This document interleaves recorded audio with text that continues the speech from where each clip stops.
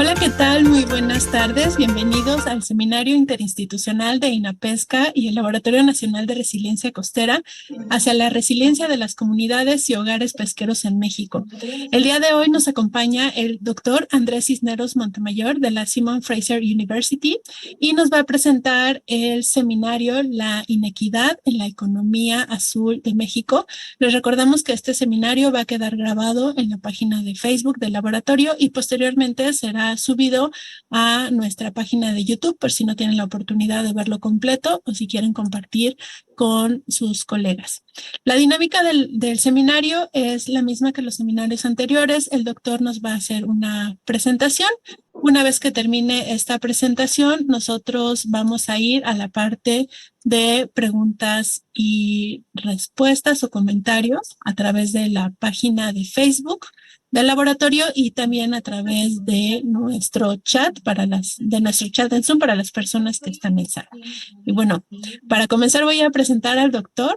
El doctor Andrés Cisneros Montemayor es economista de recursos especializados en sistemas ecológicos, oceánicos y costeros. Él es del puerto de Guaymas, Sonora, en México, y ha estado profundamente involucrado en la pesca desde hace mucho tiempo. Sus intereses y su trabajo se centran en resaltar la inequidad oceánica dentro de las estrategias de desarrollo sostenible e incluyen las primeras estimaciones globales del valor económico del ecoturismo marino, el consumo de productos de mar por parte de los pueblos indígenas costeros y la capacidad para establecer una economía azul equitativa y sostenible. Es director adjunto del Ocean Nexus Center de la Nippon Foundation, una de las mayores redes de investigación colaborativa interdisciplinaria que aborda la equidad social y el bienestar y la salud pública en contextos costeros y marinos en todo el mundo. El doctor Andrés participa activamente en la investigación aplicada y funciones de asesoramiento que abordan cuestiones nacionales, regionales y multilaterales. En Canadá, actualmente forma parte del Comité Asesor Científico de la Iniciativa de Pesca Comercial Integrada del Pacífico y para la planeación en curso de la red de áreas protegidas de la Plataforma Norte de Columbia Británica. Ha publicado más de 60 artículos revisados por pares, capítulos de libros de textos y muchos informes técnicos y artículos de comunicación científica. Para nosotros es un placer contar con el doctor Andrés Cisneros Montemayor para que nos presente, como lo comenté, la inequidad en la economía azul de México. Le voy a dar la palabra al doctor Andrés para que por favor nos comparta pantalla y bueno, comience con su seminario. Muchas gracias a todos. Ok, muchas gracias, Dena, por la invitación. Veo algunas caras y nombres conocidos ahí en la audiencia y por la gente que acompaña también por el Facebook.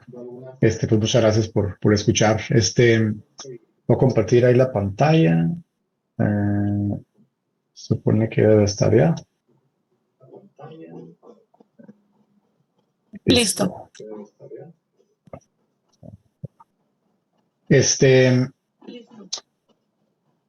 Bueno, como mencionaste, yo soy economista de recursos, aunque bueno, soy biólogo marino originalmente de la UAPS en La Paz.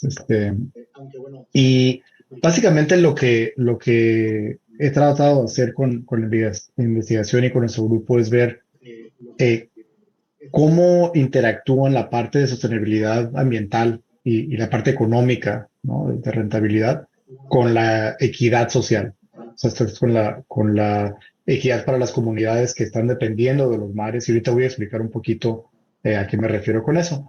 Entonces, en el marco de la economía azul, que seguramente muchos han escuchado ya, pues dependiendo de cómo la hagamos para implementar esos nuevos sectores del océano, o también para transformar los que ya existen, ¿no? La pesca, la agricultura, el turismo, etcétera. De eso va a depender de si la economía azul es equitativa o si es no equitativa, ¿no? Y entonces, sobre esto voy a hablar hoy. Y bueno, lo primero que voy a decir, ahorita lo voy a sustentar un poco con algunos estudios que hemos hecho, es que a nivel mundial, las principales diferencias para establecer una economía azul no son ambientales, son sociales y económicas. Ok, entonces esto ahorita voy a mostrar por qué lo digo, pero en realidad estos primeros estudios que hemos hecho arrojaron este resultado muy interesante porque hasta ahora mucho del enfoque sobre la economía azul es precisamente sobre la parte ambiental, dónde están los recursos, cuántos hay, etcétera, etcétera. Pero de nuevo, si queremos que esos recursos beneficien a la gente, no va a depender de cuántos peces haya, sino de cómo le hacemos para asegurar de que esos peces vayan a la gente que más los necesita. Entonces, bueno, primero, ¿qué es una economía azul? Hay un millón de diferentes definiciones, pero cuando me refiero yo a economía azul, me refiero a sectores que están basados en recursos marinos y que son socialmente equitativos, ambientalmente sostenibles y económicamente viables. Entonces, si tú estás, por ejemplo, pescando algo y no es sostenible o no estás pensando en cómo beneficia a la gente, eso para mí no es una economía azul. No, es un sector marino, obviamente, pero no es una economía azul propiamente dicha. Está. Entonces, bueno, rápidamente, la economía azul surge en el 2012 en la Conferencia de los Océanos, donde se discutía el primer reporte de la economía verde, el Green Economy Report, que salió en la conferencia de Río en el 92. Y entonces, algo muy interesante es que en esa conferencia, los pequeños estados insulares en desarrollo, que son un montón de países que son islitas, sobre todo en el Pacífico Sur, hay algunas cuantos en el Caribe también, dijeron, bueno, nos gusta esta idea de la economía verde, de tener cosas más sostenibles, pero nosotros no tenemos tierra, ¿no? Literalmente. O sea, no tenemos tierra para hacer mejor agricultura o más fábricas o lo que sea. Lo que tenemos es mar. ¿No? Y tenemos esos recursos marinos, pero además, por ser este tipo de estados isleños, tenemos culturas y tradiciones que a lo mejor no empatan tan bien con los modelos de desarrollo de los países ya desarrollados, vaya. Entonces, ellos proponen la economía azul como una manera de ser más sostenible, sí, basados en recursos marinos, pero también de maneras que se apeguen al contexto social que ellos están viviendo. Pues de ahí es donde sale la economía azul. Y bueno, 6 años después en Nairobi, cuando es la primera conferencia, ya había casi 20,000 personas ahí en Nairobi hablando de economía azul. Entonces es un término que se volvió súper, súper concurrido y reconocido y demás, pero todavía estamos más o menos viendo qué significa y viendo cómo nos apegamos a lo original, a la idea original esa que tenían los pequeños estados insulares en desarrollo. Entonces, yo muchas veces cuando veo ese tipo de imágenes del Banco Mundial de la economía azul, no se ponen la economía azul en el Google, le sale esta imagen, son imágenes que yo veo con mucha sospecha, ¿no? Y decir, bueno, a ver, pero espérate, eso está padre, ¿no? Está muy tecnológico y sí, pues la agricultura y hay mucha ciencia aquí seguramente y tecnología, pero ¿dónde está la gente? O sea, ¿quién se beneficia de estas partes? O sea, porque dijimos que la economía azul no se trataba de la tecnología, se trataba de la gente, ¿no? Y esa parte, entonces, esa idea de una nueva revolución industrial en el mar, creo que es una idea un poco peligrosa, porque pues la primera revolución industrial que tuvimos en tierra, si bien sí hubo muchos desarrollos, también nos dejó un montón de cosas malas, ¿no? Y, y entonces, bueno, esta es otra figura que seguramente han visto, es de un reporte de la OCDE, donde ellos evaluaban que más o menos la economía oceánica, que esto es básicamente toda la actividad económica que tiene algo que ver con el mar, ¿no? O sea, desde pesca, sí, todo eso, pero también los puertos, todo lo que tenga que ver con el mar. Medían más o menos 1,5 trillón ¿no? Trillón en el sentido gringo, que son millones de millones, ¿no? Pero noten en el paisito ¿dónde está la pesca? ¿No? O sea, la pesca es un pedacito. A ver, ¿dónde está No, ay, no me acuerdo dónde ponerle el apuntador, pero bueno, es un pedacito chiquito ahí, y eso es solo la pesca industrial. O sea, ahí la OCDE, de hecho, tomaron la decisión y está en el reporte, y dice, híjole, pues no tomamos en cuenta el artesanal porque pues no es un sector que genere demasiado dinero. Y es cosa que dices, híjole, a ver, espérame, cualquier persona que trabaje en lugares donde hay pesca artesanal, dices, pero ¿cómo es posible que no se incluya en una economía oceánica?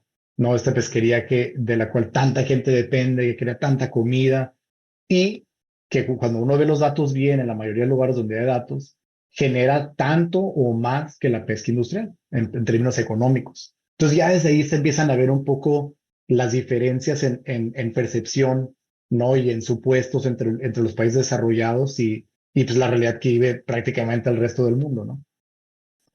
Y entonces, este, por eso es que empezamos a pensar, bueno, a ver, ¿qué ha pasado con las revoluciones industriales, ¿no? En el mar, a ver, pues sí, tuvimos los barcos, las redes de nylon, la historia que todos conocemos de la pesca y cómo se ha desarrollado, ¿no? Pero ahorita, aunque tenemos mucha mejor tecnología, los problemas a los que nos enfrentamos en la pesca son ya no relacionados con qué tanto está sacando del mar, aunque sí hay mucha sobrepesca, sino con el hecho de que mucho de lo que se saca del mar se hace a expensas de la gente que depende más directamente del mar, ¿no? O sea, la pesca artesanal, la pesca de subsistencia, por indígenas. Entonces, si eso es lo que va a pasar con estos nuevos sectores que promete la economía azul, pues, híjole, no sé si a eso verdaderamente es a lo que le estemos tirando, ¿no? Y sobre todo porque cuando vemos que, bueno, por un lado a lo mejor los beneficios no se los lleva la gente que más lo necesita, pero también vemos que los impactos negativos de esa industrialización histórica en el mar, pues son grandísimos, ¿no?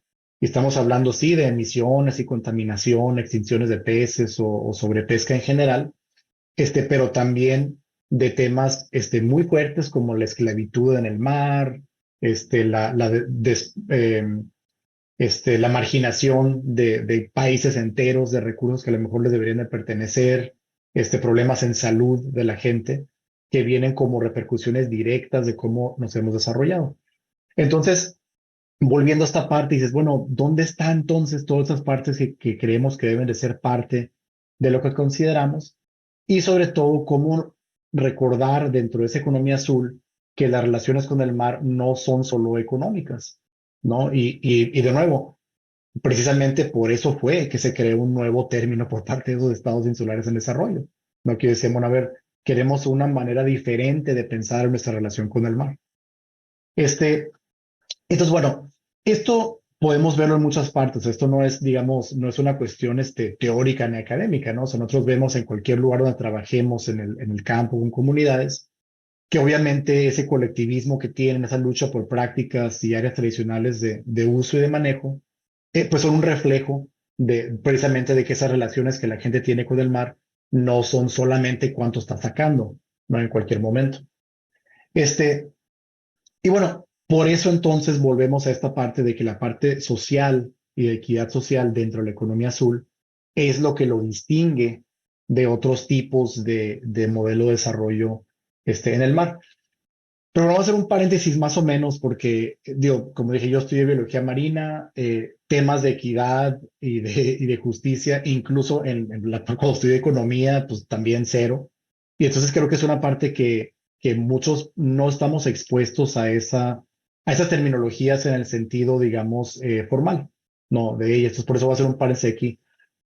¿Qué es la equidad social? La equidad es un proceso y es un resultado. Entonces, en eso es un poquito a veces confuso de lo que hablamos, ¿no? O sea, puedes tener un proceso equitativo o puedes también tener un resultado equitativo en términos de distribución, ¿no? De beneficios y de costos.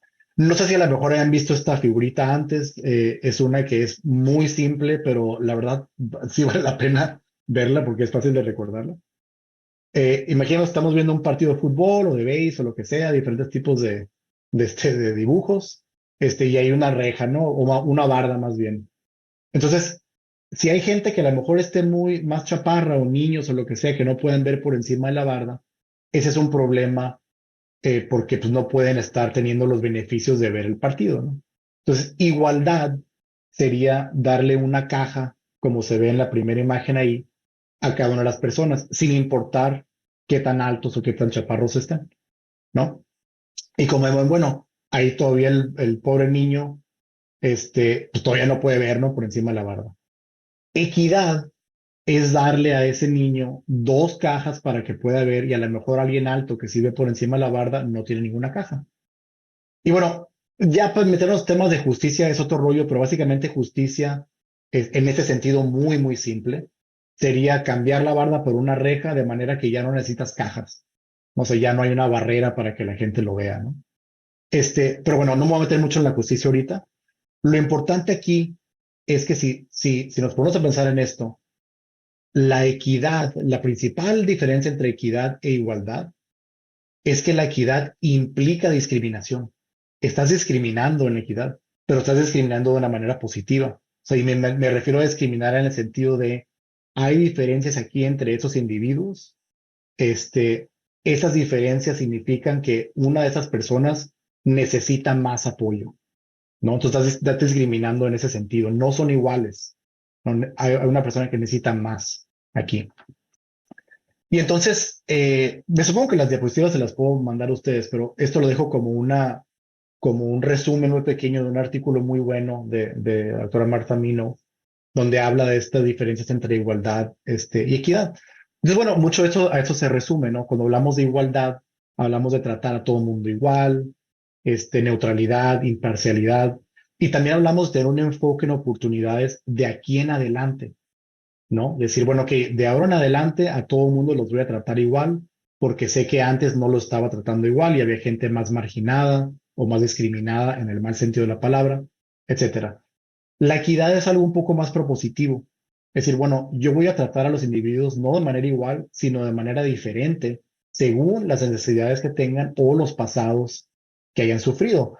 Y entonces ahí ya el enfoque no es tanto en de aquí en adelante todo el mundo igual, sino a ver qué ha pasado antes, ¿no? Y cómo esa historia puede influir la decisión que yo tome ahora para redistribuir los recursos, cambiar las reglas, para beneficiar a algunas gentes que lo merecen, ¿no?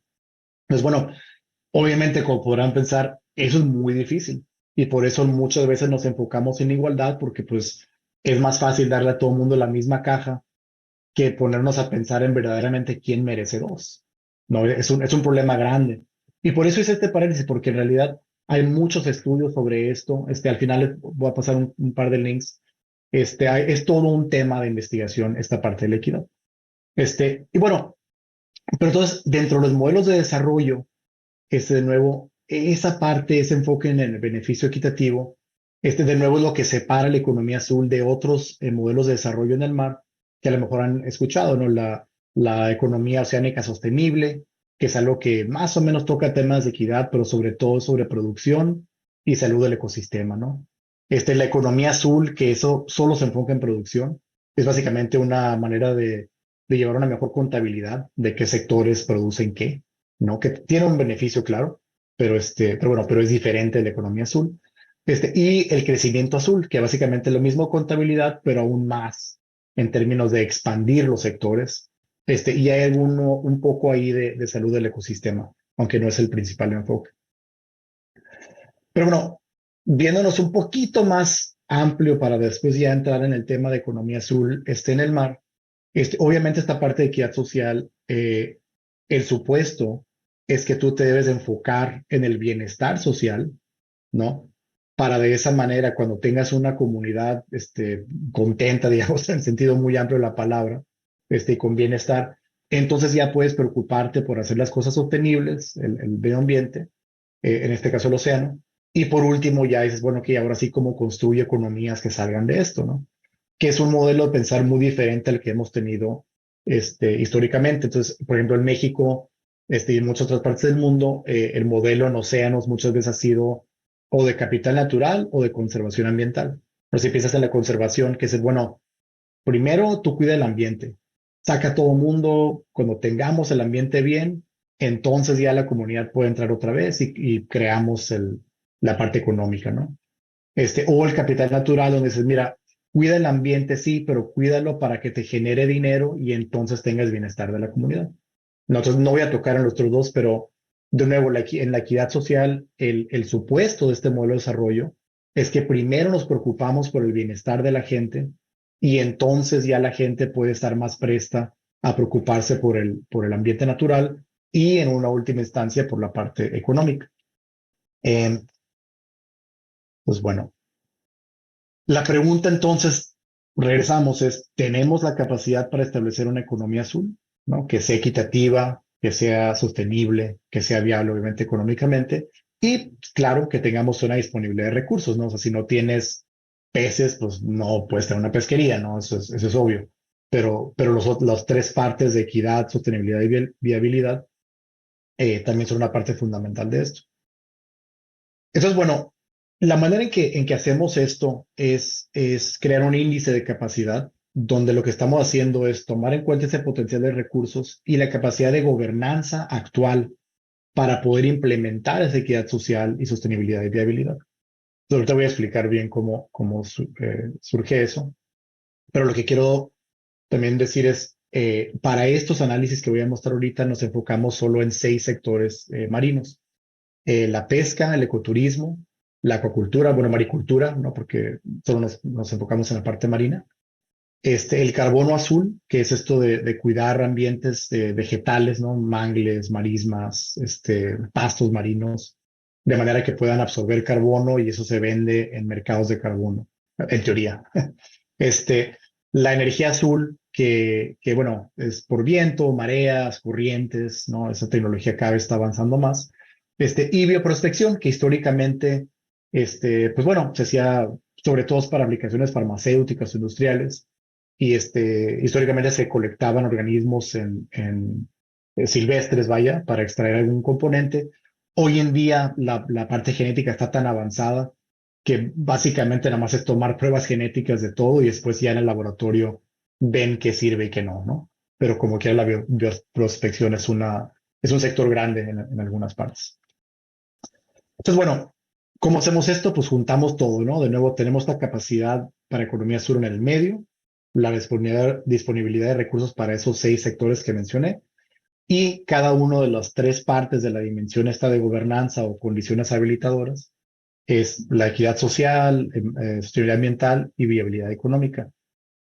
Cada uno tiene un montón de criterios. Entonces, por ejemplo, equidad social, bueno, ¿cómo sabes si tienes algo equitativo? Pues está conformado por diferentes tipos de criterios de equidad, ¿no? Si hay corrupción, si hay equidad económica, igualdad de género, equidad entre diferentes grupos de personas, sean étnicos o lo que sea, y derechos humanos en general. Para la sostenibilidad ambiental hablamos de 3 principales, que son biodiversidad, a nivel especies, hábitat, que es a nivel de, básicamente el hábitat físico, ¿no? En el mar, y la calidad del agua, ¿no? Eh, y en viabilidad económica lo que más nos fijamos es, digamos, el riesgo de inversión. O sea, qué tan factible es que tú inviertas en algo, ¿no? Y para eso necesitas infraestructura para llevar a cabo los sectores, necesitas tener protecciones a la inversión, y obviamente estabilidad nacional, ¿no? Si hay países que pues, híjole, son súper inestables, pues difícilmente vas a tener ese tipo de inversión, ¿no? Ahora, algo que a lo mejor te preguntarán es cómo fregados le hacemos para combinar todo eso, ¿no? O sea, cómo puedes combinar igualdad de género con carbono azul, con hábitat, etcétera, etcétera, en un modelo. Y la manera en que lo hacemos es con un modelo de lógica difusa. Bueno, antes, primero del lógica difusa, todos los datos que agarramos son de diferentes bases que ya existen, o que hemos creado por otros estudios que hemos hecho a lo largo del tiempo. Entonces, para las partes de condiciones habilitadoras a gobernanza, hay muchos indicadores sugeridos en los ODS, ¿no? Y diferentes estudios que a veces critican al ODS te proponen un mejor indicador, ¿no? Y dices, órale, pues sí, sí, cierto, está mejor. Nos agarramos de ahí. Y los otros datos de carácter más biofísico, corrientes, mareas, distribución de especies, etcétera, de nuevo son de estudios que hemos hecho ya con anterioridad o que existen por parte de la NOAA o de diferentes bases de datos abiertas, ¿no? Em, todos los datos tan libremente disponibles, los que usamos para el modelo, y ahí en el link del paper, de hecho, pueden bajarlos. Y también el modelo mismo, o sea, el código para el modelo mismo. La resolución son pequeñas celditas de medio grado, que son más o menos 55 kilómetros, o sea, en cada lado, ¿no? Obviamente varía un poquito mientras te mueves a los polos, pero en la mayor parte del mundo son más o menos unos 55. Y ya después de ahí agregamos las diferentes regiones. Entonces, básicamente el mundo está hecho de 83,000 y feria celdas, y ya solamente las que correspondan a cada país, pues ya se van agregando, o a la región, o lo que sea, ¿no? Entonces, ahora sí, ¿cuánta capacidad tiene un área para establecer una economía azul? Pues imaginémonos que tengamos cuatro categorías, ¿no? Muy limitada hasta muy alta. Entonces, ¿cómo juntamos esto? Con lógica difusa, y voy a dar un ejemplo muy sencillo. Imaginémonos que estábamos teniendo una pregunta similar, pero queremos saber qué tan fuerte debe entrar el freno de un carro. Que ven que algunos carros ahora traen el beeper ese que si vas a chocar, pues frena, ¿no? Si no te estabas fijando. En mi caso, si los niños están tirando las papitas atrás o lo que sea y me volteo y alguien pasa enfrente, pues el carro frena, ¿no? Está hecho para hacer eso. Y en los carros, de hecho, muchos usan modelos de lógica difusa internamente para tomar esa decisión. Porque si lo piensas, bueno, ¿qué tan fuerte debe entrar el freno? Pues para nada, obviamente no quieres que frene nada más porque sí, o moderadamente, o de plano muy fuerte si ya le vas a pegar a algo.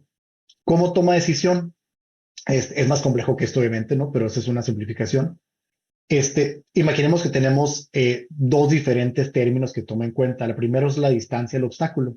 Tienen ahí unos láseres ahí arriba de donde está el espejo, y el carro sabe qué tan cerca estás. Entonces, si estás muy cerca de un obstáculo, pues frena más fuerte, ¿no? Si estás muy lejos, pues no frenes a lo mejor todavía. Y esa es la pregunta, y si se fijan, estamos ligando dos diferentes categorías cualitativas, ¿no? Lejos para nada, ¿no? Pero entonces ahí la pregunta, ¿qué tanto es tantito? Bueno, pues ¿qué tan lejos es lejos? Y para eso entonces el carro tiene ahí unas distribuciones internas de distancia, eh, para las cuales, si se fijan, están traslapadas. Entonces tú puedes decir, bueno, lejos va a ser cualquier cosa que sea a más de 10 metros de distancia, es lejos, ¿no? Pero dependiendo de las condiciones, si hay neblina, si está oscuro, si hay otros carros, si está llovido, a lo mejor 10 metros, pues ya es cerca, ¿no? Dependiendo. Y muy cerca también va a estar traslapado ahí. Entonces, lo padre de la lógica difusa es que toma en cuenta las tres cosas. Entonces tú pones, si, imaginándonos que tuviéramos a, no sé, 5 metros de distancia, para el modelo lógica difusa tú estás muy cerca, pero también cerca. Y lo que hace es juntar esas dos cosas y toma una decisión en base a todos los diferentes tipos de distribuciones ahí de distancia que tengas que tú que le digas al carro. Si tienes una segunda variable, ¿no? En este caso velocidad, pues igual, ¿no? Si vas muy lento, pues no frenes. Si vas súper rápido, pues frena fuerte. Entonces, nos podemos imaginar de la misma manera que tan rápido es rápido, pues también tenemos diferentes rangos de velocidad. Y entonces, con eso se hacen un montón de combinaciones de que es, bueno, si estás muy cerca y vas muy rápido, pues frena muy fuerte. Entonces, con eso puedes agarrar todas las diferentes variables. Eso se vuelve, por eso es difuso. Es diferente decir, bueno, de 10 a 20 es rápido, pero si vas a 21 ya cambias de categoría. Así no funcionan los sistemas, ¿no? O sea, siempre hay un poco de área gris entre los diferentes valores de las variables. Pues bueno, exactamente lo mismo hacemos en la parte de economía azul, ¿no? Finalmente, esto lo traducimos, el para nada moderadamente o fuerte, en un carro a la fuerza de un freno, ¿no? En newtons o cualquier unidad que quieran de fuerza. Y entonces nos vamos del indicador a una categoría heurística o cualitativa, a la parte cuantitativa, o sea, cuánto es el valor de kilómetros o de metros de distancia, y eso lo volvemos a traducir a una respuesta. En la economía azul tenemos aquí lo mismo. ¿Cuánta capacidad tiene un área? Pues muy limitada, moderada o alta. Tenemos ahí un puntaje, ¿no? De 0 a 100. ¿Por qué 0 a 100? Pues porque está bien, está entendible, suena bonito, puede haber sido lo que sea. Este, y tenemos un montón de variables, 33, de cuánto biomasa de mangle es suficiente para carbono azul, pues nada, alguna mucha. Todo eso que les acabo de mostrar lo tenemos para todas las variables. Pues a final de cuentas lo que hacemos es, para cada una de las celditas, tenemos los 33 indicadores de todas las variables y hacemos pues 33 modelos de lógica difusa adentro para ver la capacidad de economía azul, ¿no? Para cada una de las 183,000. Entonces, no sé, son un chorro, no sé, 6 millones o quién sabe cuánto.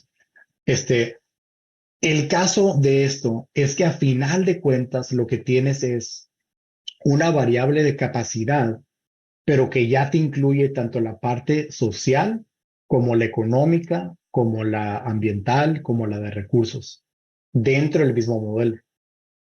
Y entonces lo que sale de esto es, si solo vemos la parte de disponibilidad de recursos, lo voy a separar por un segundo, y vemos eh, lo principal de esto que fue muy curioso porque es muy obvio ya pensándolo ahora, ¿no? Pero al tiempo no era obvio.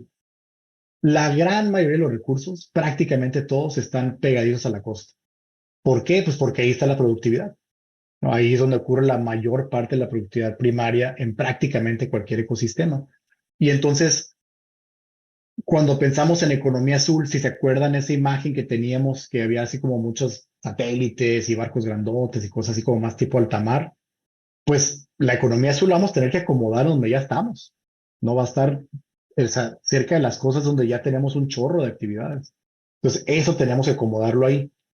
La segunda cosa muy interesante que vimos es que en prácticamente todo el mundo, todas las celdas, había disponibilidad de recursos para al menos un sector, ¿ok?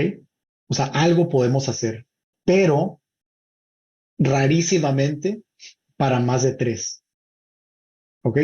Entonces, en todos lados algo vamos a poder hacer de economía azul, pero en casi ninguna parte vamos a tener todas las diferentes cosas que vimos en esa imagen, ¿no? No vas a tener pesca y acuicultura y bioprospección y energía y turismo en el mismo pedacito.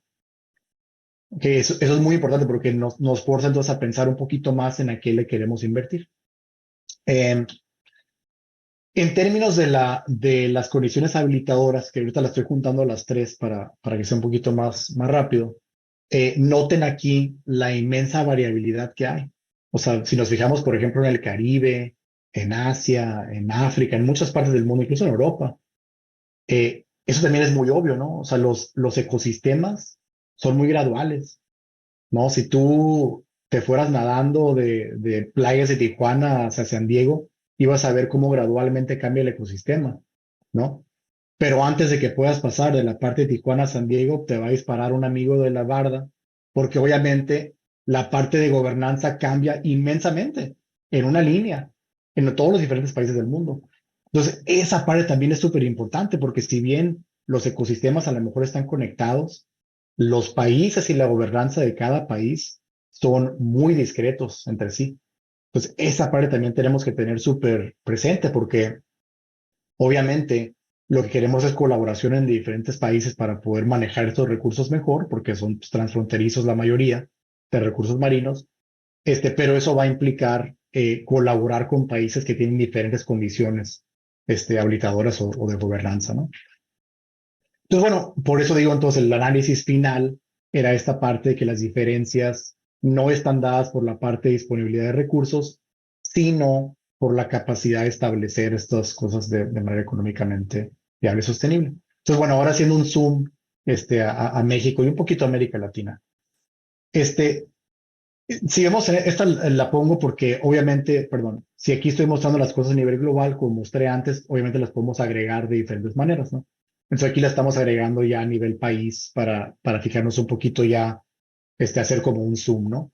Sin olvidar que de nuevo son esas celditas, ¿no? Entonces la resolución, digamos, a nivel mundial, una resolución de 50 kilómetros es buenísima. A nivel país, pues ya no tanto, ¿no? O sea, a lo mejor un país como México, Brasil, lo que sea, que son grandes, a lo mejor sí te dice algo sobre las regiones. A nivel de un país como Panamá o Costa Rica o las islas pequeñas, pues ya no, ¿no? Porque pues el país son 3 cuadros, ¿no? No te dice mucho. Entonces, todo hay que tomarlo con un grano de sal, ¿no? Lo que vemos es que en la parte de Latinoamérica y México, en esta clasificación en particular, estoy usando la de la ONU de subregiones. Entonces, México queda dentro de Centroamérica en esta clasificación. Este, lo que vemos es que en esta región tenemos mucha capacidad para economías, para recursos, perdón, en ecoturismo, algo un poco más en pesca en Sudamérica, un poco de carbono azul, muchísimo. Y en términos de la viabilidad, lo que estamos un poco más rezagados que cualquier otra cosa es infraestructura, ¿no? En la parte de equidad social, curiosamente, no vamos tan mal en equidad de grupo. O sea, las diferencias, digamos, entre grupos con base en diferencias éticas, etcétera, y derechos humanos, no estamos tan mal como otras partes del mundo, ¿no? Sí estamos rezagados en cuestiones de igualdad de género, de corrupción y un poco de equidad económica. Entonces, ahí es donde podemos empezar a ver qué diferentes tipos de cosas en las que hay que invertir en este sentido. Y bueno, aquí voy a hablar un poquito de cómo entablar esa colaboración, ¿no? Esta dudé en ponerla, pero bueno, dije, como la mayoría, aquí creo que se han usado ese tipo de modelos. Básicamente lo que esto muestra es que voy a enfocar en de la derecha, en las condiciones habilitadoras. Si hacemos un modelo un poco discriminante aquí para ver cómo se agrupan los diferentes países en toda Latinoamérica en términos de sus valores de capacidad para economía azul, y obviamente separado en cada uno de los sectores y cada uno de los criterios, ¿no? Dentro de las diferentes dimensiones, vemos este mapa. Los países que son de color más similar son países que más se asemejan en términos tanto de los recursos como de la gobernanza, ¿no? Entonces, son países que a lo mejor de manera más natural ya pueden empezar a colaborar en algunas cosas. Y aquí algo muy interesante es que si vemos qué causa estas diferencias, la que más la causa en toda nuestra región es la corrupción y los derechos humanos. ¿Ok? Ya de ahí nos vamos más para abajo, ¿no? Que maricultura, equidad de género, realmente la capacidad para este tipo de cosas. Y obviamente hay países ahí, el grupo 5 que es Haití y Venezuela, que pues desafortunadamente son los que menos condiciones habilitadoras tienen o menos puntaje, digamos, comparados a los demás, que para mí lo que significa es que, bueno, se va a necesitar de mucho mayor apoyo para poder entablar relaciones de cooperación en esos sentidos. Entonces, bueno, ¿qué sigue? Porque en la segunda parte quería ser un poco más propositivo bueno, ¿cómo lo hacemos entonces, no? Una primera parte es, como mencioné anteriormente, esas celditas son muy buenas a nivel macro, pero ya cuando te empiezas a hacer el zoom y a ver políticas que tienen repercusión sobre comunidades, ahí sí ya necesitas un contexto local, ¿no? Entonces yo le echo gente, o sea, este modelo está muy curado, nos divertimos mucho haciéndolo, sudamos mucho, salió muy padre, pero si lo vas a hacer en una comunidad, no te sirve ese modelo. Pues tú necesitas saber a escala mucho más pequeña qué es lo que está ocurriendo, cuáles son los factores de equidad que en esa comunidad son los más importantes. Entonces, si bien a lo mejor el marco conceptual y la manera de pensar en esas cosas, yo creo que sí sirve casi en cualquier parte, este, digamos, la información que tomemos en cuenta tiene que ser completamente diferente a lo que hemos hecho hasta ahora en esta parte global. Entonces, esa parte es fundamental. En términos de México, algo muy importante es reconocer que en la pesca hay muchísima inequidad, que esto no es sorpresa para nadie que haya trabajado en ella, pero si leemos casi cualquier documento se cuenta como si no existiera, ¿no? Esta figura me encanta, obviamente ya esto cambió, pero esto lo sacó Causa Natura hace un par de años, y ellos lo que hicieron fue, básicamente cada burbujita de esas rojas es un derechohabiente que estaba recibiendo subsidios, a la pesca, ¿no? Y entonces ya desde ahí viendo, canijo, ¿y esas burbujotas quiénes son? ¿No?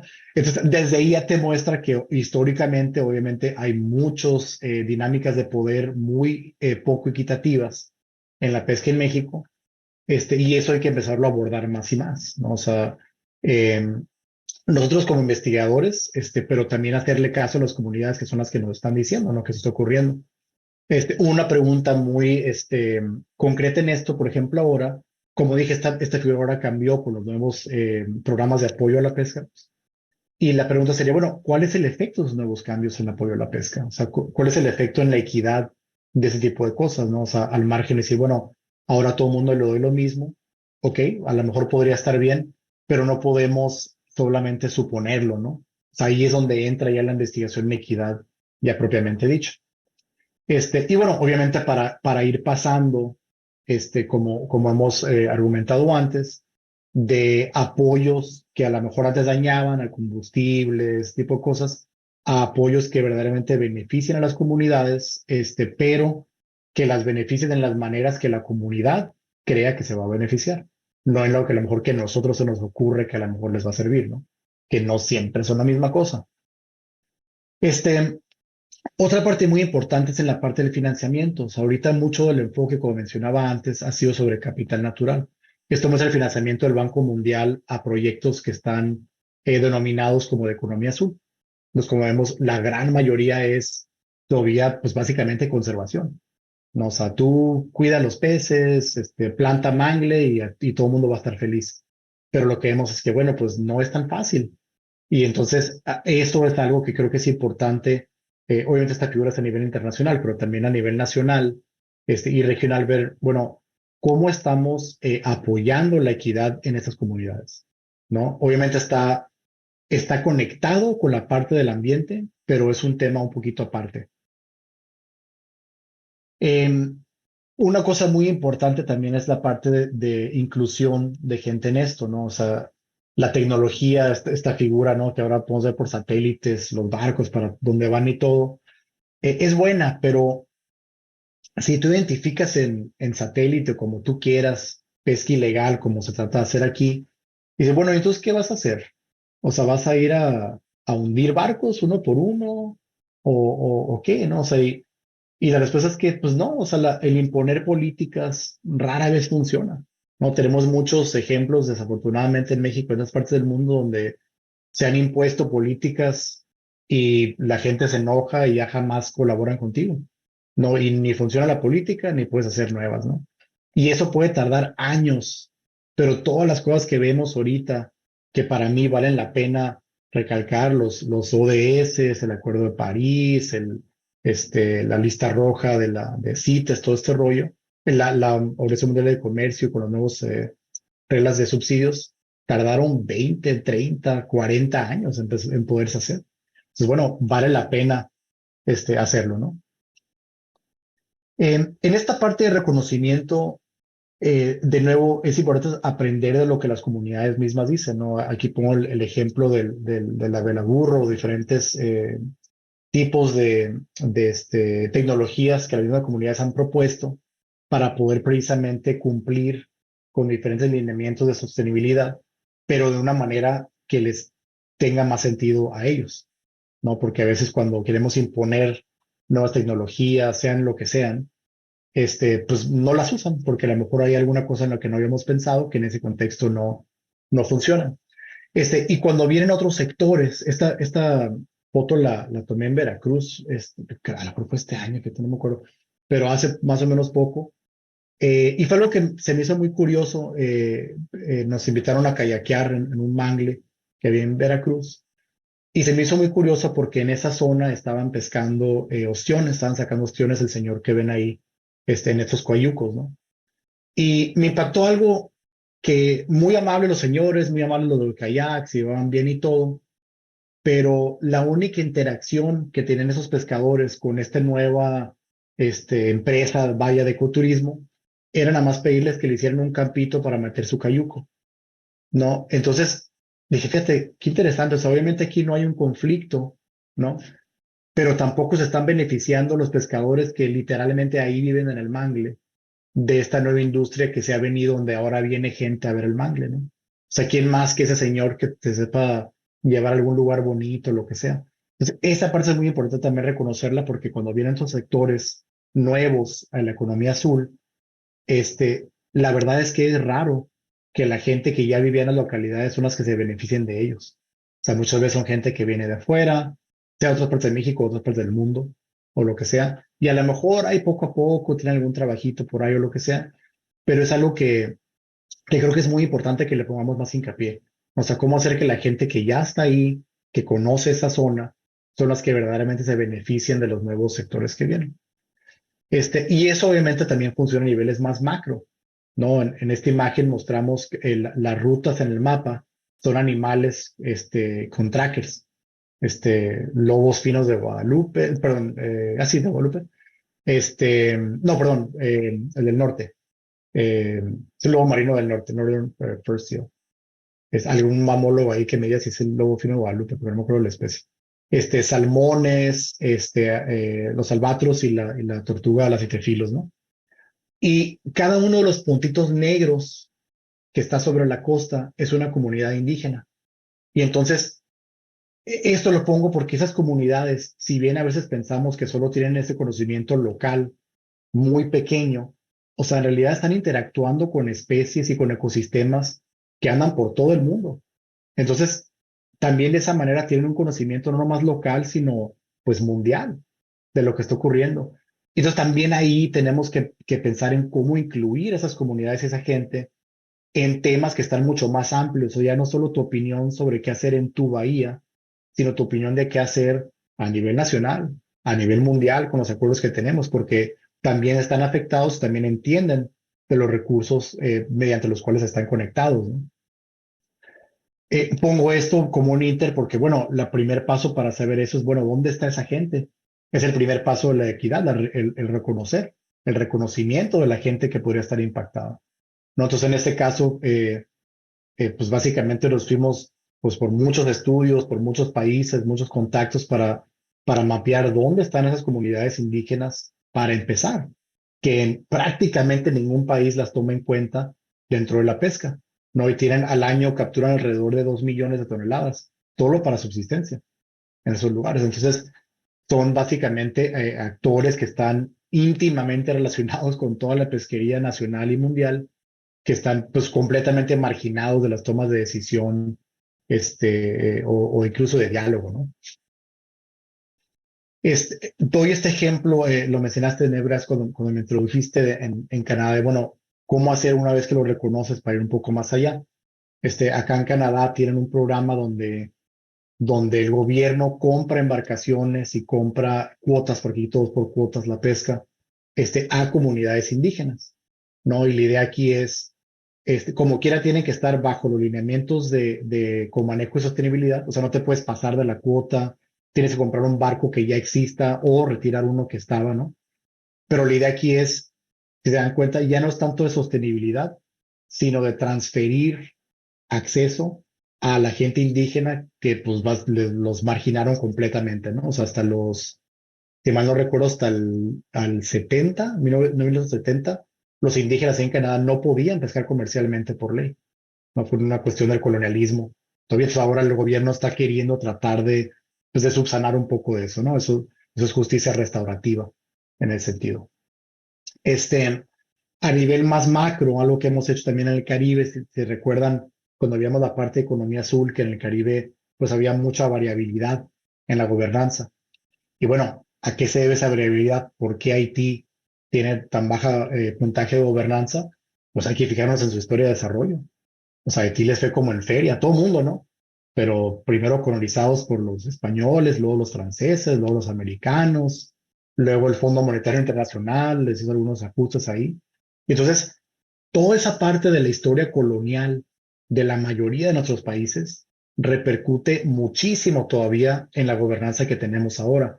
Entonces, parte de la justicia restaurativa ahí es empezar a identificar, bueno, ¿quién entonces es el principal deudor, vaya aquí, que tiene que restaurar esta parte de gobernanza, ¿no? Entonces, para decirlo así claramente, Haití, Francia, España y Estados Unidos le deben dinero literalmente, ¿no? A Haití. Este, y bueno, en ese sentido, entonces, de esa manera lo que podemos hacer es transicionar a la sostenibilidad, pero al mismo tiempo incrementando la equidad, ¿no? Entonces, si vemos este clásico caso, ¿no? Imaginemos una pesquería que originalmente era de subsistencia, el verde oscuro o artesanal, el verde un poquito más claro, y luego se empezó a convertir ya más industrial, el verde más clarito. Cae la pesquería, pues como muchas, ¿no? Y hay una intervención, tenemos que recuperar esta pesquería, ok. Podríamos recuperarla como le queramos hacer y mantener la proporción constante de la captura en ese momento. O sea, ahorita qué porcentaje agarra la industrial, la artesanal, la de subsistencia o indígena, lo que sea, ¿no? A todo mundo como quiera le va a ir mejor que ahorita, porque estamos recuperando la pesquería, ¿no? Pero también podemos decir, oye, ¿y si cambiamos las proporciones? ¿Por qué no le regresamos a los indígenas la proporción que tenían históricamente o la artesanal? Al industrial como quiera le va a ir mejor que le va ahorita, ¿no? Pero estamos de nuevo tomando justicia restaurativa. Entonces, desde el punto de vista de los pescados, pues es la misma, ¿no? Los pescados no saben quién los mató, quién no. Por eso se recuperaron. Desde el punto de vista de cada uno de los sectores, les va mejor que los que les va ahorita. Pero desde el punto de vista de la justicia restaurativa, estamos abordando un tema de equidad histórica, en este caso, ¿no? Y eso lo podemos hacer en cualquier medio de manejo. Entonces, ya casi para terminar, creo que algo muy importante cuando empezamos a tener estas visiones ya más a futuro es pensar, bueno, ¿cuál es el verdadero potencial? ¿No? O sea, por un lado estamos diciendo que el cambio climático viene y se va a acabar todo, y por el otro lado diciendo que, ay, mira, todo va a ser súper padre, mira qué satélites tan brillantes, ¿no? Y bueno, a ver, espérate. O sea, va a haber mangles para carbono azul, va a haber corales para ecoturismo, va a haber peces para pesca. O sea, tenemos que ser un poquito más realistas en cómo presentamos nuestras políticas a base de la investigación científica de las comunidades, ¿no? Para que puedan verdaderamente tomar en cuenta lo que viene al diseñar las adaptaciones.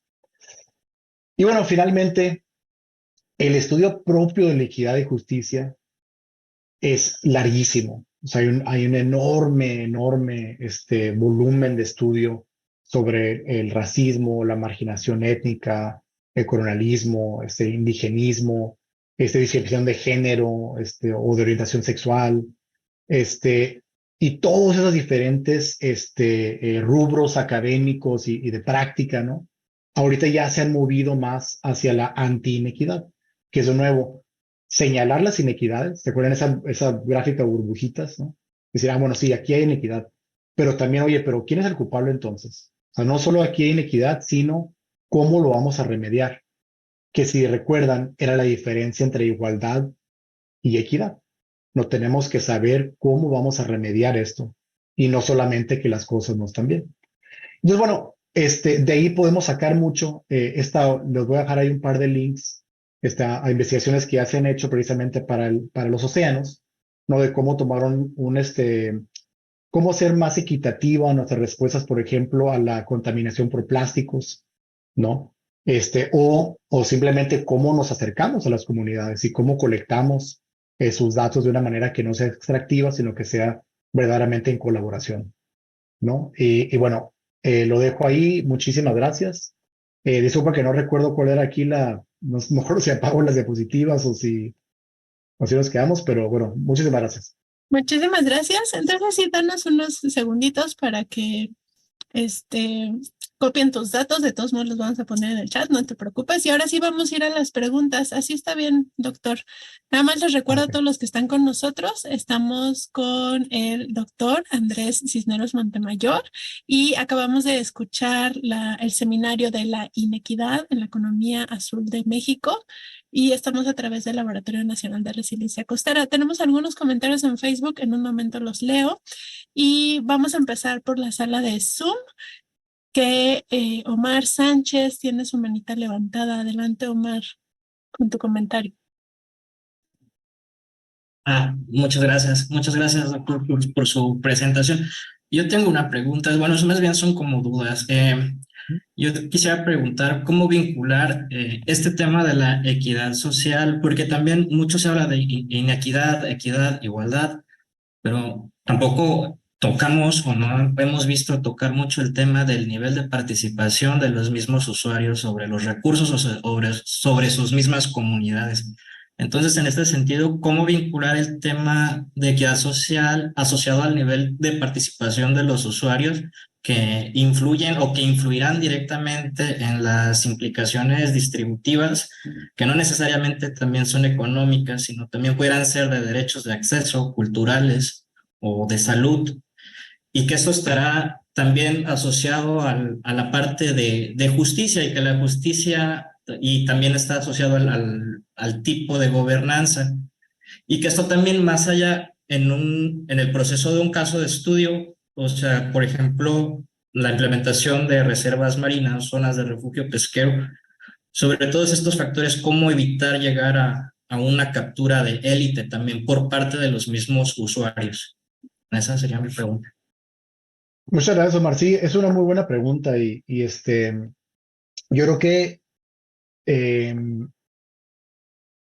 lo más importante para mí, porque cada caso va a ser diferente, ¿no? O sea, quién captura y por qué va a ser muy diferente, pero lo más importante es en nuestro papel cuando somos investigadores o incluso en manejo ya, es preguntarnos por qué es que la gente no está participando, ¿no? Y decir, bueno, a ver, ¿será porque a lo mejor los invité a la hora que están trabajando? ¿O será que pues no tienen tiempo? ¿O será que ya antes han participado y no ven que nada cambia y dicen, no, pues ¿para qué? ¿Para qué pierdo el tiempo? ¿No? Eso es muy importante. Y lo más importante también es recordar es que eh, la gente que está marginada, ahora sí que por definición no estás pensando en ella. ¿Me entiendes? Si no, no estuviera marginada, ¿no? Entonces, ahí también algo muy importante es preguntarle también a otra gente con las que a lo mejor sí tengas más contacto, decir, oye, ¿quién no está viniendo? O quién a lo mejor no ha invitado. Es decir, sí, fíjate que a lo mejor allá hay una gente que casi no participa, lo que sea. Entonces, esa parte es muy importante. Y yo lo que creo es que, bueno, yo definitivamente concuerdo contigo que lo más importante es que esté involucrada la comunidad. Eso es, para mí, eso es sí o sí, ¿no? Y, y hay algo también muy importante es pensar en cómo crear un proceso legítimo con la comunidad. Cuando hablamos de legitimidad, para mí la manera que más siempre se me queda grabada es un proceso legítimo es uno donde aun si las cosas no salieron como tú querías, la gente sigue participando, ¿no? Eso para mí es súper importante porque en la pesca nunca sabes. O sea, tú puedes hacer todo lo que puedas y de repente, pues, chin, pegó un niño y pues no hubo producto. O chin, se descompuso el motor y pues ya no pudimos ir a sacar lo que sea, ¿no? Pero si el proceso fue legítimo, la gente va a seguir participando. Entonces, juntando las dos, las preguntas para mí, las fundamentales, ¿no? Que funcionan en cualquier parte, ¿no? O sea, al margen de que los temas sean diferentes, es uno, ¿por qué la gente no está participando? ¿No? A lo mejor voy a hacerte preguntas. Dos, ¿quién a lo mejor me falta que yo ni siquiera esté pensando en ellos? ¿No? Y la tercera, si, ¿cómo asegurarme de que sigan participando? ¿No? Ese es fundamental. O sea, si primero vino todo el mundo y a la otra ya no vino nadie, chin, no, algo fue mal ahí. Y entonces la pregunta ahí es, por eso digo que son más bien como preguntas, porque la cosa es en cada una de las tres esclarecer por qué, ¿no? Y a lo mejor una cosa rápida que tal vez diría también es que no sé cuál sea tu formación, pero como yo mencioné, la mía es biología, economía, recursos, etcétera. Este, hay que echar mano de los científicos sociales. Hay mucha gente en ciencias sociales que básicamente a eso se dedican, ¿no? A cómo vincularse mejor, cómo invitar gente, cómo reconocer, etcétera. Y creo que es algo que sé que a mí en lo personal, ahora ya lo hago, pero dije, chin, debería haber estado haciendo esto hace mucho tiempo. Gracias. Gracias. Muchísimas gracias a los dos. Y tenemos una pregunta parecida, ¿no? En Facebook que decía, buenas tardes. Muchas gracias por tan bonita charla. ¿Alguna estrategia para involucrar a la sociedad y los habitantes en las comunidades, talleres, cursos, charlas? A veces parece que distancia más este tipo de actividades de la academia, ¿no? Entonces, justo nos estabas comentando eso.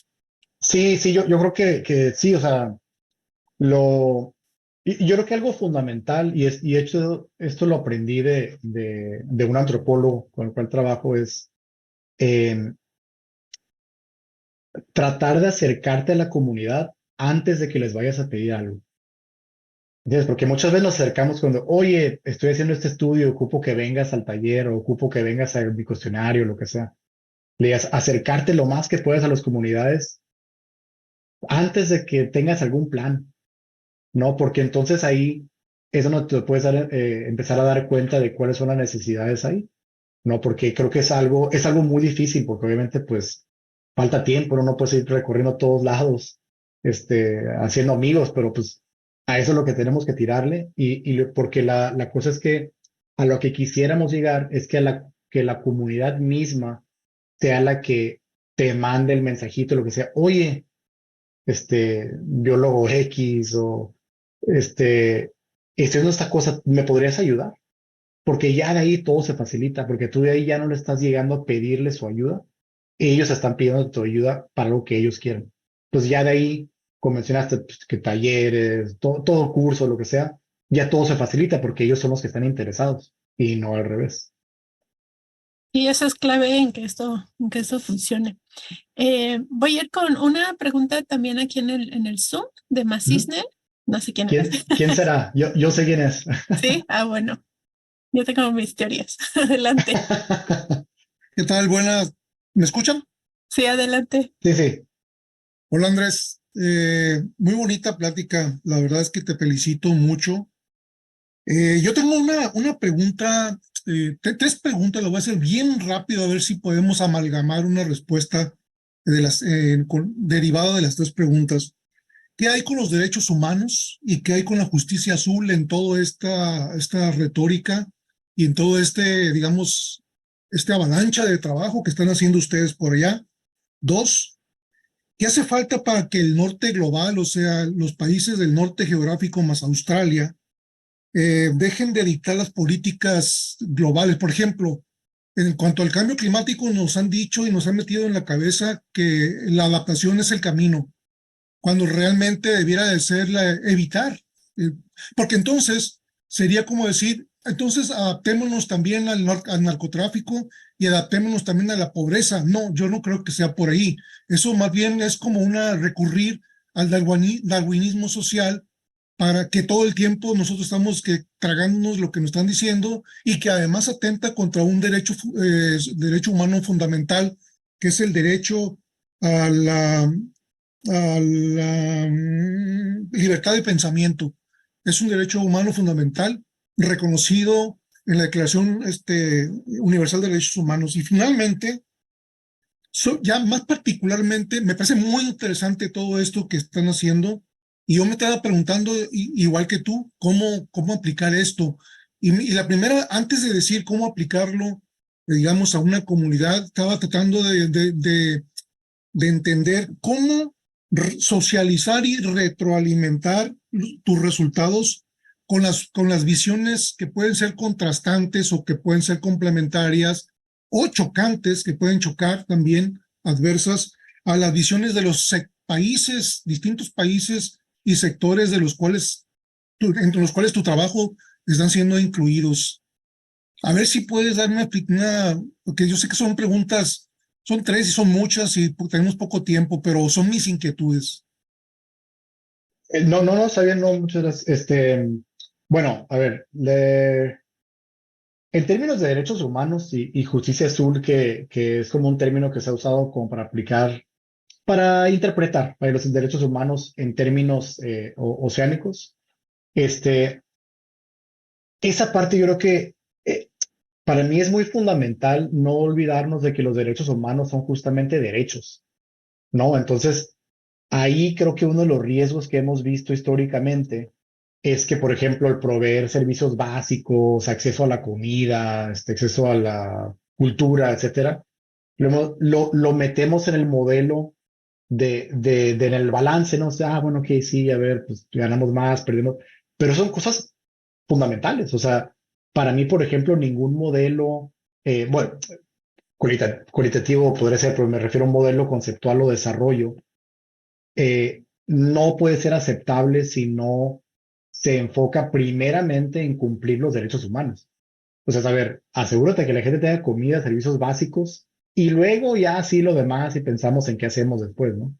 Eso para mí es muy claro en esa parte, pero creo que no ha sido claro históricamente en el desarrollo. Solo los hemos visto como otra parte de la ecuación, ¿no? Y para mí los derechos humanos no son parte de la ecuación, ¿no? Es una cuestión aparte. Eh, en términos del norte global, es un tema muy, vaya, es un tema fácil en términos de equidad, pero difícil en términos de practicidad, porque en términos de equidad, es completamente poco equitativo que el norte mundial, ¿no? Diciéndole, oye, mira, te voy a ayudar a que pongas tu casa más arriba por el aumento del nivel del mar, pero yo no voy a bajar mis emisiones de carbono, ¿no? Pues eso es básico, pero entonces, en esa parte creo que los argumentos para mí son muy claros. O sea, y los países tienen la soberanía para hacer lo que ellos quieran, en realidad, con los recursos hasta cierto punto, ¿no? Siempre y cuando se cumplan los derechos humanos de la gente ahí, te lo dije. Este, pero la parte práctica, el reto entra porque mucho del dinero viene de esos países. Entonces muchas veces acabamos tratando de apegarnos un poco a más o menos lo que se dice, porque pues, si no, no nos dan lana, ¿no? Yo creo que la manera de cambiar eso, que es parte de lo que hemos estado haciendo un poco, es tratar de pensar en el hecho en que la razón por la cual algunos de esos programas de apoyo existen es porque se supone que están dando dinero a los países en desarrollo. ¿Ok? Pues hay gente a las cuales al final del término del año le dicen, oye, ¿cuánto dinero diste? Y dicen, es que no di tanto. Oye, ¿pero por qué? No, ¿qué vamos a hacer con este dinero que se nos quedó? Eso es un problemón para ellos. Y lo que podemos hacer a veces es decir, ¿sabes qué? Muchas gracias por tu oferta de dinero, pero yo no quiero que me des dinero para hacer eso. Yo quiero hacer dinero, yo quiero tu dinero para hacer esto que está acá. Y si no te gusta, no me lo des. Eso poco a poco a ellos les repercute porque de nuevo les preguntan por qué ya nadie quiere tomar su dinero. Y con eso poco a poco vamos a empezar a cambiar esa parte, creo yo. Espero, ¿no? Y bueno, la parte de la visión, yo creo que como dije antes, si bien el marco conceptual que estamos poniendo, yo creo que puede aplicarse pues prácticamente en cualquier lugar, yo creo que sí hay que abordar las cosas con mucha humildad de nuestra parte. Por ejemplo, en un país que digo, oye, mi modelo dice que deberías hacer esto, ¿no? Pero quiero escucharte a ti cómo la ves. O sea, ¿por qué es buena idea? ¿Por qué es mala idea? ¿O qué me faltó ahí? Y entonces creo que ya desde ahí hay una relación un poquito diferente, porque de igual manera, volviendo a la segunda pregunta de antes, yo tampoco quiero llegar a imponerle a alguien mi visión de cómo deberían de ser las cosas. No le dan a decir, oye, con esta visión que yo traigo, más o menos esta es la sugerencia, pero depende de ti, tú dime más o menos qué quieres hacer, no en ese sentido. Entonces, en eso creo que hemos tenido buenas relaciones con diferentes países, simplemente acercándonos así. Decir, mira, pues, tenemos un choronal de datos, tenemos gente que puede ayudar en esto, más o menos así lo vemos, pero queremos saber qué piensas tú, ¿no? Y creo que así es como pues ahora sí que hablando se entiende la gente, ¿no? Para mí un ejemplo fundamental, yo creo, en esa dirección es Ujú. el mismo concepto de justicia azul que nace de los países insulares que dicen, espérame tantito, yo no puedo irme con el crecimiento verde así nada más porque sí. Exactamente. Entonces eso es escuchar y no solamente escuchar, sino hacer que la demanda de los países del sur global sea escuchada, pero no solamente escuchada, sino se existan políticas y conceptos nuevos, renovadores, para meterlos al mainstream y que realmente se empiece a trabajar con la visión equilibrada del sur y el norte global. Gracias, Andrés. Sí, gracias. Adelante. Sí, muchísimas gracias. Y hay unas preguntas también aquí en la sala, entonces las voy a leer. Nada más antes de decir, pues que tienes muchas felicitaciones por varias de las personas y saludos desde Acapulco, Ciudad de México, Miahuatlán, Mérida, Los Cabos y seguramente algunos otros lugares que no nos los han puesto, ¿no? Entonces la pregunta que hace Santiago es, que está en el chat, ¿has considerado la medición de los OMEC, otras medidas efectivas para la conservación?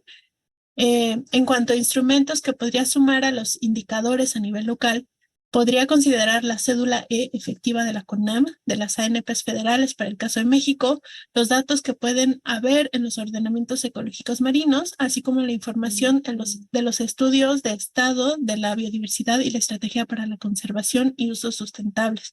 Estos dos últimos son de CONABIO y están publicados en los diversos estados de México.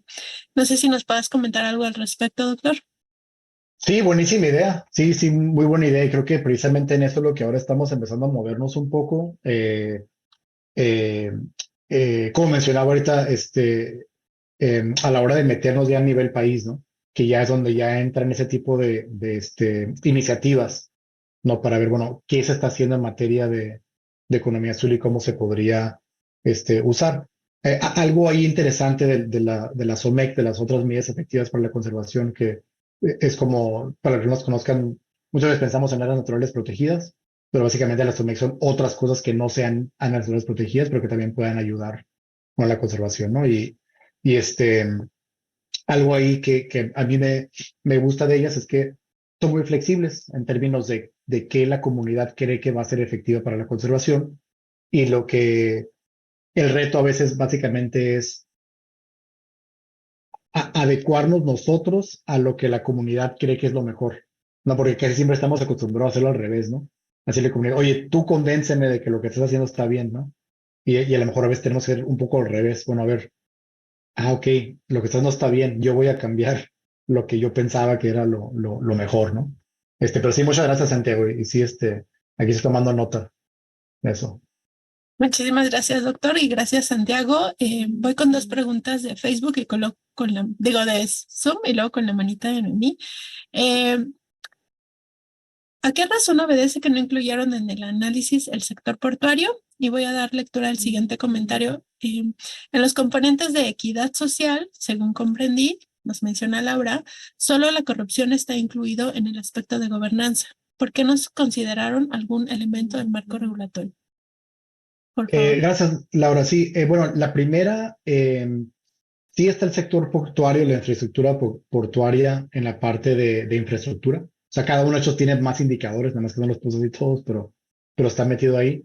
En términos de los sectores que consideramos para el potencial, ese no lo incluimos porque, o sea, los puertos, ¿no? O sea, lo incluimos, digamos, como variable dependiente y no dependiente, porque la parte de los puertos es una cuestión muy curiosa en términos de desarrollo de políticas a mucho más mayor escala.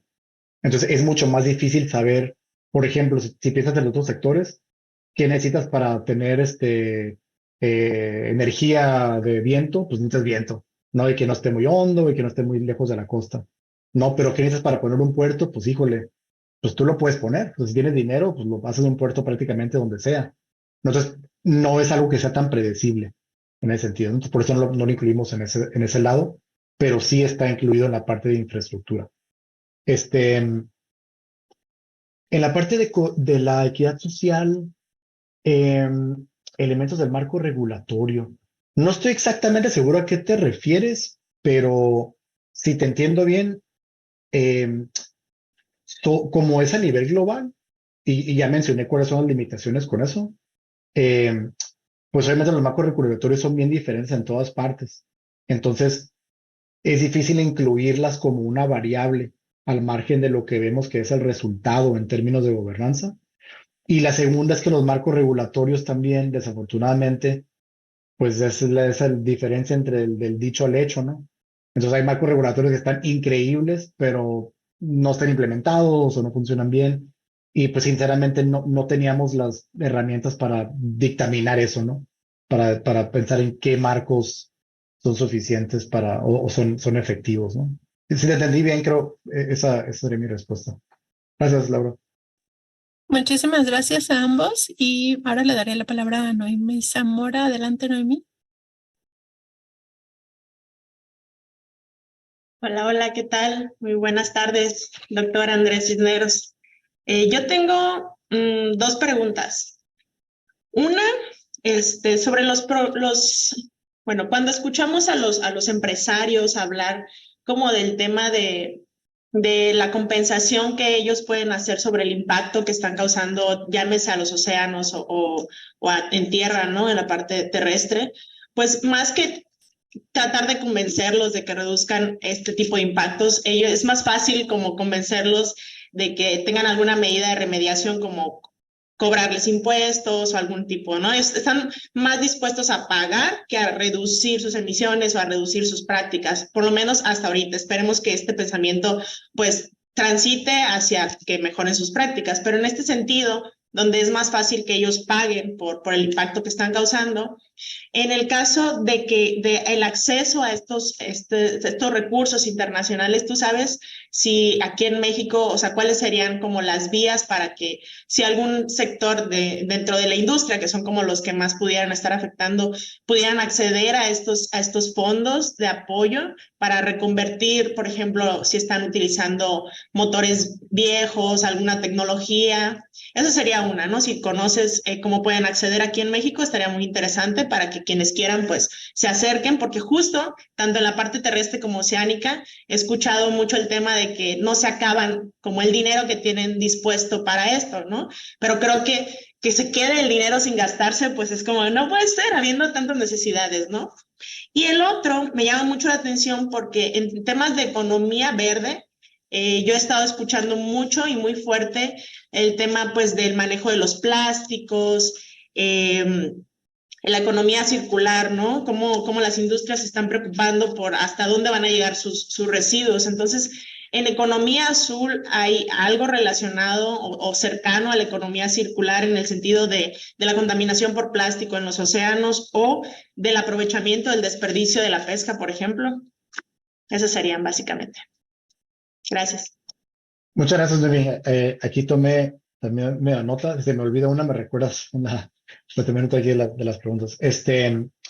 Bueno, primero, en la parte de los apoyos, eso es lo que yo mencionaba, hay una diapositiva que los apoyos hace poco cambiaron un poco las reglas de operación que tiene, bueno, pues con la pesca para generar los apoyos. Entonces, históricamente, si bien había estos fondos para manutención o reparación de motores o cambios de embarcaciones o motor, ahorita está así como medio en veremos, o sea, no, nadie está muy seguro en realidad de cómo esté funcionando, al margen del apoyo directo que se está dando a la gente.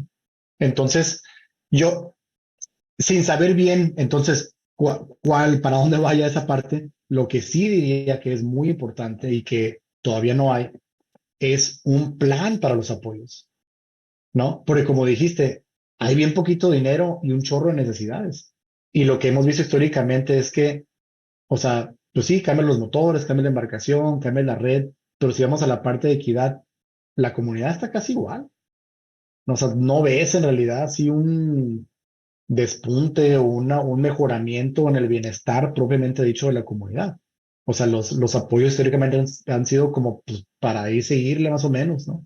Y entonces, el ahí seguirle más o menos es lo que tenemos que cambiar, ¿no? Entonces, sea cual sea el nuevo plan, tiene que ser, bueno, a ver, ¿qué queremos verdaderamente lograr con nuestras pesquerías?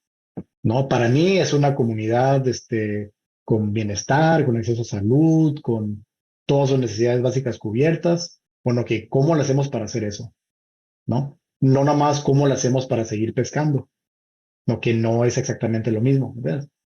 Entonces, eso en esa parte. De la parte de la economía, de la regulación, que creo que fue de hecho tu primera pregunta, es, bueno, estamos muy acostumbrados a dejar que los empresarios, sobre todo más grandes, puedan pagar para subsanar el daño que ya se hizo, ¿no? Que es lo mismo que mencionaba el doctor Miguel Ángel Cisneros ahorita con la parte de las emisiones de carbono. Y entonces, nosotros como sociedad en una democracia que es México, ¿no? Y la mayoría de los países del mundo lo son, estamos en todas facultades para decir, ¿sabes qué? Deja de sobrepescar, deja de tirar plástico y nada de que me vas a pagar no, deja de hacerlo, ya no lo hagas, ¿no? Ahí es donde entra la parte de regulaciones, que en la parte de economía, así como que el tabú, ¿no? Siempre pones, no, tiene que ser un impuesto o un pago que hagas después. Bueno, la regulación también existe. Pues también puedes decir, ¿sabes qué? No, ya no se vale que tires plástico o que contamines el río o lo que sea, ya no se vale, punto. Y a ver cómo le haces, ¿no? Entonces, esa parte creo que se nos ha olvidado mucho y sobre todo afecta mucho en la parte pesquera, al incrementarse los diferentes sectores que sí reditúan mucho dinero, pero también dañan mucho. Entonces, por ejemplo, si tienes un hotelazo en la costa de Nayarit o donde sea, y dices, híjole, a ver, ¿Qué le estamos pidiendo al pescador? Que use su malla, que se supone que debe ser cuando hay un hotelón que tumbó todo el mangle, que está tirando las aguas negras allá en la bahía. A ver, bueno, ahí quién es esa es la parte que vea con la antiinequidad. No, es bueno, a ver, ¿quién es el culpable aquí? O sea, sobre quién nos tenemos que ir aquí en esta parte, ¿no? Y al final de cuentas tenemos la facultad para impedir que esas cosas se hagan. Simplemente, pues no lo hemos hecho, ¿no? Entonces, bueno, esa parte, ok, que otra, economía circular, definitivamente es también parte de economía azul, casi exactamente igual que la verde, o sea, es la misma idea, ¿no? O sea, desperdiciar menos, pero no solo desperdiciar menos, sino también usar menos, que esa es la otra parte también que se nos olvida, ¿no? O sea, podemos reciclar todo lo que queramos, pero si seguimos usando un montón, no va a hacer mucha diferencia, ¿no? La cuestión también es disminuir un poco el consumo. Y en la parte de los plásticos, ahí en la penúltima diapositiva había dejado un link que precisamente habla de eso, ¿no? De cómo de manera similar al ejemplo que hice ahorita de los pescadores, muchas veces nos vamos sobre la gente que, ay, ¿cómo tiras la bolsa? ¿Por qué tiras la botella de coca o lo que sea? No, que sí, está bien, no hay que tirar basura. Pero ¿por qué no nos vamos sobre la Coca-Cola? Pero, oye, ¿tú por qué creas esas cosas? ¿Por qué no pensamos en una manera diferente de comercializar las cosas? Por ejemplo, aquí en otras partes está empezando a usar, pues ya no das bolsas de plástico. Va a decir, bueno, pues, órale, como voy a tener que acordar de traer la bolsa ahí de mimbre o lo que sea, ¿no? Que pues bueno, te acuerdas, ¿no? O sea, esas cosas podemos empezar a hacer, porque muchas veces hemos estado acostumbrados a siempre irnos sobre las personas que menos poder tienen para cambiar, ¿no? ¿Por qué? Pues porque son las que menos voz tienen, ¿no? Y entonces eso es lo que hay que empezar a cambiar en toda esta parte. Pero bueno, espero que haya tocado todas, si se me olvidó una. No, muy bien. Nada más Ajá, me gustaría como que en la parte de los apoyos o sí, financiamientos, sí, no me refería tanto como a los del gobierno, porque esos pues ajá, ya sabemos que ahorita no están, sino que más ok. bien, por ejemplo, de este lado del país, del Caribe, estoy ahorita en la Universidad Marista de Mérida, por cierto, Ajá. cuando vengas acá nos vemos. Noviembre Sí, del en 5 al noviembre nos 12, vemos sí. por acá. En gira. Pues es interesante cómo está muy fuerte PNUD, ¿no? A través del programa de pequeñas donaciones, Sí. dando apoyo a las comunidades, ¿no? Accediendo a estos recursos internacionales para, pues, la adaptación, como mencionaba el doctor Miguel Ángel Cisneros, al cambio climático. También están metidos un poco en el tema pesquero, pero veo que del lado del Pacífico, pues no es tanto lo que se está haciendo a ese nivel, al nivel que lo estoy viendo yo acá, ¿no? Y me llama la atención, habiendo tantas ONGs con recursos internacionales que no estén, o sea, que no estén como accediendo tan fácilmente a esos financiamientos que hay ahorita en la bolsa internacional para reducir justo pues el tema del cambio climático y los efectos, ¿no? Entonces, Ah, como ya. esa parte. Me queda duda por qué en el Pacífico no es tanto como de este lado, ¿no? ¿Hay una preferencia geográfica o cuál? No sé si tú sabes de algo o es Sí. algo que podemos incluso pues investigar más a detalle después, no sé. Claro, ya, perdón, sí, sí, sí, no te entendí bien, sí, perdón. Sí, o sea, ciertamente fuera del gobierno mexicano hay un montón de apoyos. Comenzaste el PNUD, que es el Programa de Naciones Unidas para el Desarrollo, y otros programas similares. El Banco Mundial también tiene un fondo ahorita que se llama ProBlue, donde también puedes acceder a fondos. Yo creo que fíjate, no sé, de hecho hay gente en esta llamada, Luis, y hay diferente gente, María Teresa, mismo doctor Miguel Ángel, que deben de saber mejor porque han estado trabajando en esto más tiempo, pero mi opinión es que en el Pacífico se ha buscado un poquito menos ese tipo de apoyos porque históricamente ha habido mucho más apoyo de las ONG de conservación. Entonces, ese ha sido históricamente, digamos, la vía de financiamiento. Y bueno, obviamente hay muchas ONGs ya establecidas en esa vía, etcétera. Y yo creo que por eso no se ha diversificado más eso. Pero yo lo que esperaría ver, bueno, esperaría en el sentido de que espero que suceda, pero también creo que a lo mejor va a suceder, es que precisamente haya más esta diversificación como ha ocurrido en el Atlántico, porque cada vez hay más gente que ya está pensando más en los temas de pesca de nuevo, ya no como un tema de conservación, sino como un tema de desarrollo rural o de salud pública, o de bienestar social. Y entonces, cuando empiezas a pensar en esas cosas, empiezas a pensar en otras líneas de financiamiento, ¿no? Entonces creo que eso va a empezar a suceder en más. Pero muy buen comentario, de hecho. La inercia es poderosa. Muchas gracias. Nos No, vemos pronto. sí. Muchas gracias a los dos. Con las preguntas de Noemí contestaste algunas que teníamos en el chat de Facebook de José Luis. Y ahora sí ya nos quedan como 8 minutitos. Voy a otra pregunta de Facebook de Alfonso. ¿Cómo lograr integrar estos resultados estupendos hacia una política pública para integrarla en el manejo en México? Así de fácil la pregunta. Sí, nomás, lo bueno que nada más tenemos 8 minutos. Mira,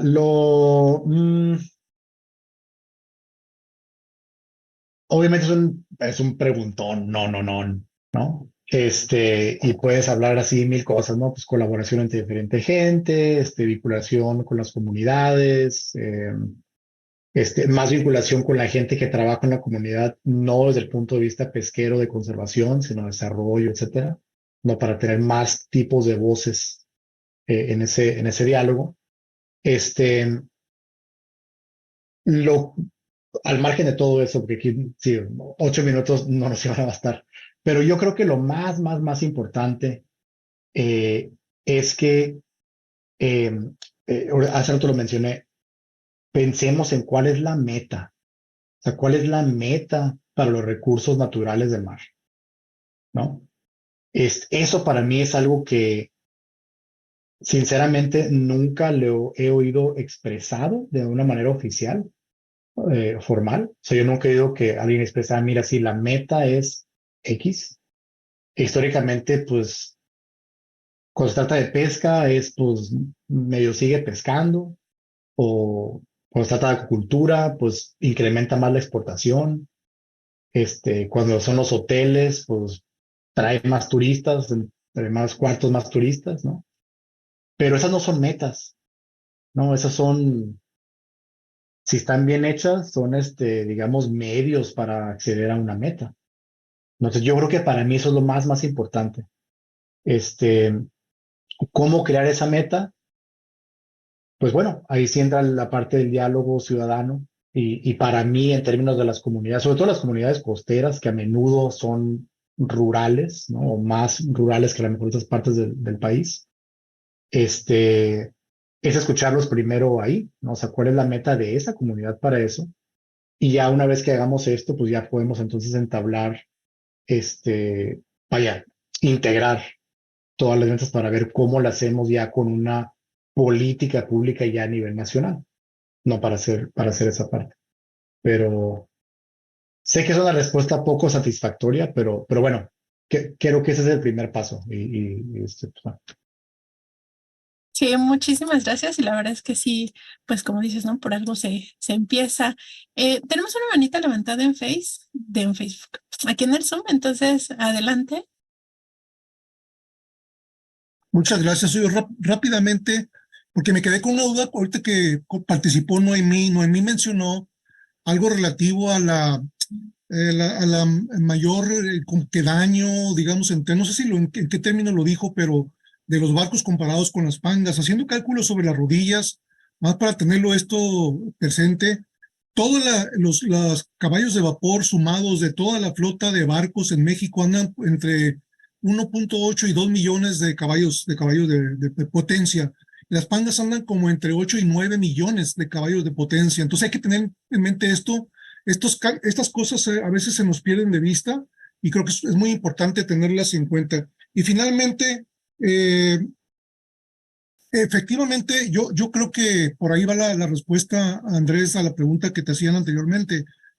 ¿Cómo le hacemos? Y hay una cosa que nosotros hemos repetido una y otra vez y no hay respuesta. ¿Para qué quiere el Estado mexicano los recursos acuáticos? O sea, ¿los quiere para exportar? ¿Los quiere para consumo humano? ¿Para las dos? ¿Qué porcentaje? Y de ahí, de esa decisión, nace la política pública o las políticas públicas, porque Eso quiere decir, no, si hablamos también de recursos acuáticos de agua dulce, tenemos que pensar, bueno, pero entonces necesito cuidar el agua dulce. Y ahí se convierte ya en otra cosa que no son solamente los recursos, sino es el agua misma, etcétera, ¿no? Hasta ahí lo dejo, gracias.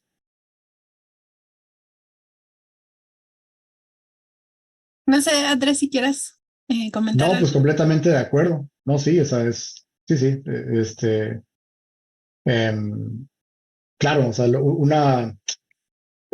sea, las políticas públicas es cómo llegar a, ¿no? Pero no te dictan el destino, o sea, ese destino, eso es la parte más importante, definitivamente. Muchísimas gracias. Voy a dar una última comentario a Miguel Ángel. Si puedes abrir tu micrófono, por favor.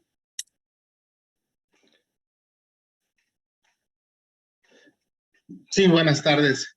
Yo soy Miguel Ángel Chaides. Yo soy empresario pesquero, precisamente, técnico profesional en navegación y pesca marina. Actualmente, pues tengo una pesquera, somos socios mi hermano y yo. Quiero decir que efectivamente está muy suave la presentación y me gustan mucho los datos. Me encanta el análisis porque también soy un convencido de que más personas, a pesar de mi condición de empresario pesquero y de repente como podamos ser vistos dentro de la comunidad ambientalista, creo también que los recursos deben de ser mejor distribuidos. Desafortunadamente, históricamente ya se trató de hacer eso, por ejemplo, con las cooperativas, que a final de cuentas, las mismas cooperativas acabaron en manos de armadores, que hoy en día pues tienen muchos barcos, pero fue porque precisamente en cuanto a lo mejor estuvo mal implementada la política en su tiempo.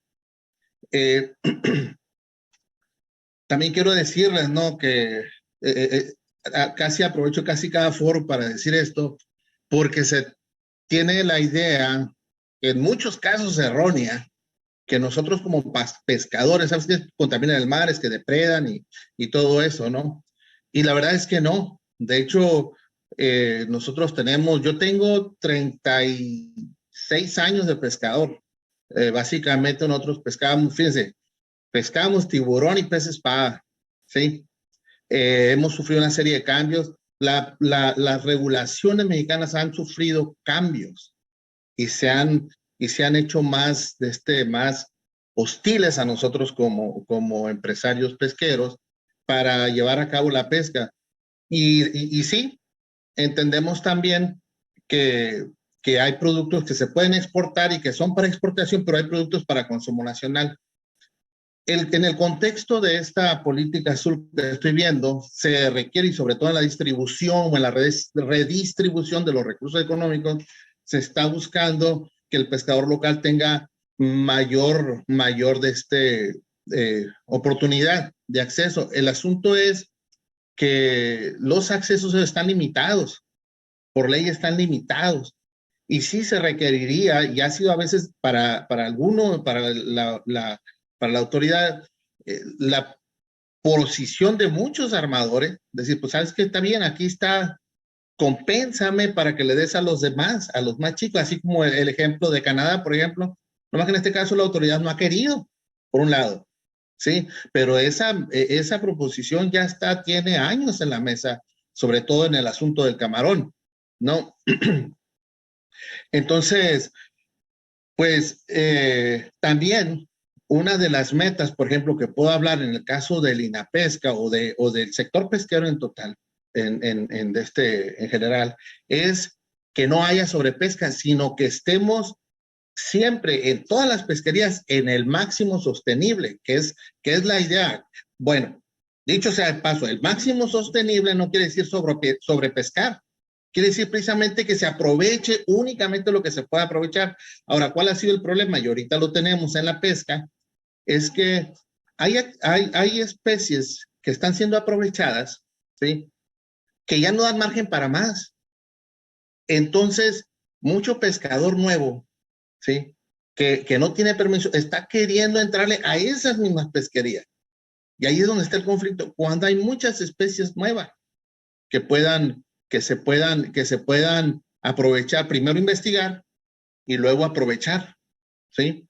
Quiero decirles que como pescadores no podemos traer más del 30% total de